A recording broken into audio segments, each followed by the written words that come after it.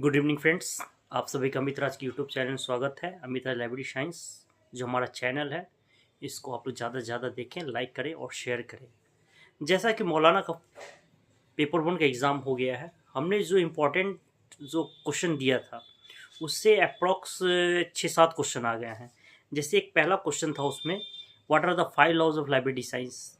उस मेरा जो क्वेश्चन था वो भी 5 लॉज लिखा है।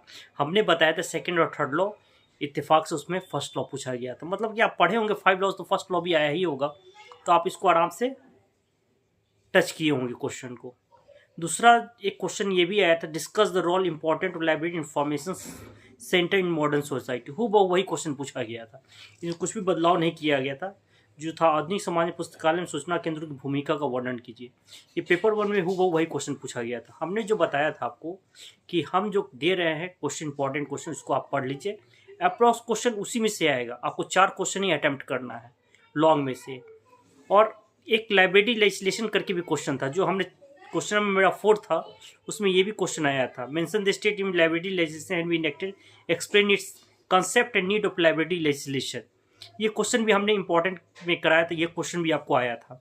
एक हमने आपको यूजर स्टडीज या यूजर एजुकेशन बताया था, जिसमें से यूजर एजुकेशन आपको पूछा गया था एग्जाम में। एक राजा राम मोहन राय लाइब्रेरी फाउंडेशन के बारे में आपसे पूछा गया था, ये भी क्वेश्चन आया है आपको। एक हमने बताया था रिसोर्स शेयरिंग, ये भी आपको क्वेश्चन पूछा गया था। अप्रॉक्स कुल मिला के हमारा जो इम्पोर्टेंट क्वेश्चन हमने बताया था, उसमें से 1 2 3 4 5 6 हमारा 6 क्वेश्चन, 8 में से 6 क्वेश्चन आ गया आपका एग्जाम में। तो चिंता की विषय नहीं है, आप लोग अच्छे से एग्ज़ाम दिए होंगे। उम्मीद करते जो लोग पढ़ के गए होंगे वो आराम से अटैम्प्ट किए होंगे और अच्छे से एग्ज़ाम दिए होंगे। कल जो है आपका पेपर 2 का एग्ज़ाम है, जिसके लिए मैंने जो इम्पोर्टेंट क्वेश्चन आपको बताया है उसको आप लोग ध्यानपूर्वक पढ़ें और ज़्यादा से ज़्यादा मौलाना के स्टूडेंट को शेयर करें, ताकि लोग इस सब क्वेश्चन को पढ़ के जाएँ और आराम से लिख के आएँ। हमने जो बताया है इम्पोर्टेंट क्वेश्चन, उम्मीद करते हैं कि उसी में से क्वेश्चन आएगा, इससे बाहर आने की उम्मीद नहीं है। अगला, आज बहुत सारा मैसेजेस आ रहे हैं कि सर पेपर 4 का क्वेश्चन डाल दीजिए, पेपर 4 का क्वेश्चन डाल दीजिए। पेपर 4 का क्वेश्चन आज मैं आपको बताने जा रहा हूँ। इसमें पेपर 2 में एक बार मैं फिर से आपको इम्पोर्टेंट क्वेश्चन बता दे रहा हूँ कल के एग्ज़ाम के लिए। उसके बाद पेपर 4 के बारे में आपको मैं बताऊँगा। जैसे पेपर 2 का एक वीडियो मैंने डाला हुआ है, तो उसमें है एक लाइब्रेरी मैनेजमेंट डिस्कस फंक्शन। इसको मैं थोड़ा तेज़ी से बताऊँगा, क्योंकि पेपर 4 के बारे में मुझे बताना है। पुस्तकालय प्रबंधन से आप क्या समझते हैं, इसी कार्यों की विवेचना कीजिए। पहला क्वेश्चन ये है पेपर 2 का। पेपर 2 में दूसरा जो क्वेश्चन है, टोटल क्वालिटी मैनेजमेंट, संपूर्ण गुणवत्ता प्रबंधन से आप क्या समझते हैं, इसकी अवधारणा तत्वों को उदाहरण सहित वर्णन करना है। पेपर 3 हमारा जिल्दसाजी क्या है, इसके कितने प्रकार होते हैं, इस गुण तथा दोषों की विवेचना कीजिए। चौथा जो हमारा क्वेश्चन है, न्यूयॉर्क तथा ब्राउनी पद्धति के ग्रंथ आदान प्रदान विधियों का तुलनात्मक अध्ययन करना है। Comparative study between New York and brownie system of book charging and discharging. पांचवा जो क्वेश्चन है हमारा स्टॉक वेरिफिकेशन, भंडार सत्यापन से। Describe the needs and method of stock verification in libraries. अगला हमारा जो क्वेश्चन है वो लाइब्रेरी स्टैंडर्ड्स है। सातवां जो क्वेश्चन है, various tools use for book selection in the library. आठवां हमारा जो क्वेश्चन है वो बजट से है, रिलेटेड है, और डिफरेंट टाइप्स ऑफ बजट आपको ये बताना होगा।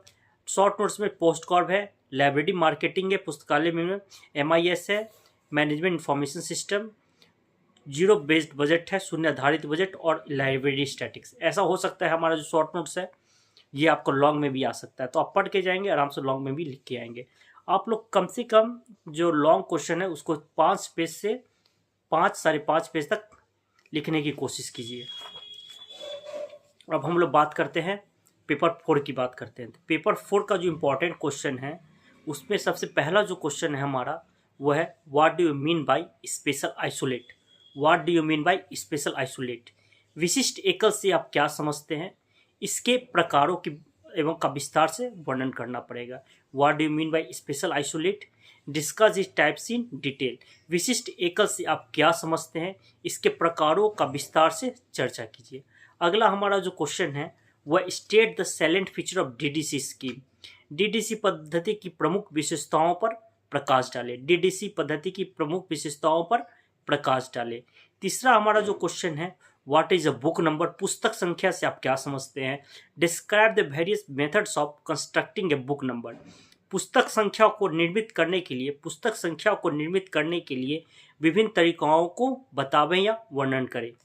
चौथा जो हमारा क्वेश्चन है, why library classification is called as foundation of library science, explain in context of 5 laws, पुस्तकालय वर्गीकरण को पुस्तकालय की नींव क्यों कहा जाता है, 5 सूत्रों के संदर्भ में इसका प्रकाश डालना पड़ेगा।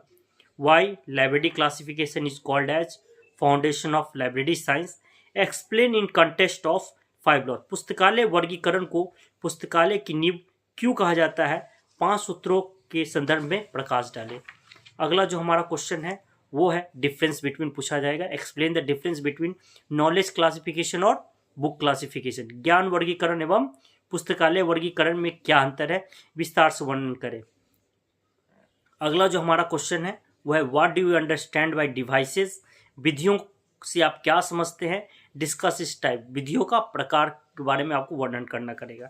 अगला जो हमारा क्वेश्चन है, explain the provision of common isolate in colon classification with example, द्विबिंदी वर्गीकरण पद्धति से सामान्य एकलों के निरूपणों की उचित उदाहरण के साथ व्याख्या करें। मैं फिर से इस क्वेश्चन को दोहरा देता हूँ, थोड़ा ये टिपिकल क्वेश्चन है।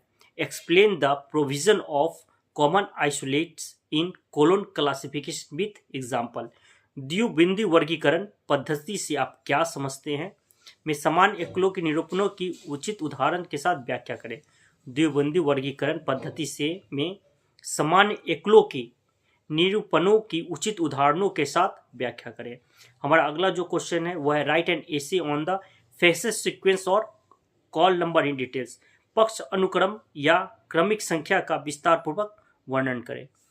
अब हम लोग शॉर्ट नोट्स क्यों आते हैं, हो सकता है शॉर्ट नोट्स आपका लॉन्ग में भी आ जाए, इसका जितना क्वेश्चन दिया उतना आप लोग पढ़ के जाए, उम्मीद करते हैं क्वेश्चन इतना ही से आएगा। अगला हमारा पहला शॉर्ट नोट है फेज रिलेशन, दशा प्रबंध, 5 फंडामेंटल कैटेगरीज, 5 मूलभूत श्रेणियां जो है PMESC, personality, matter, energy, space और टाइम।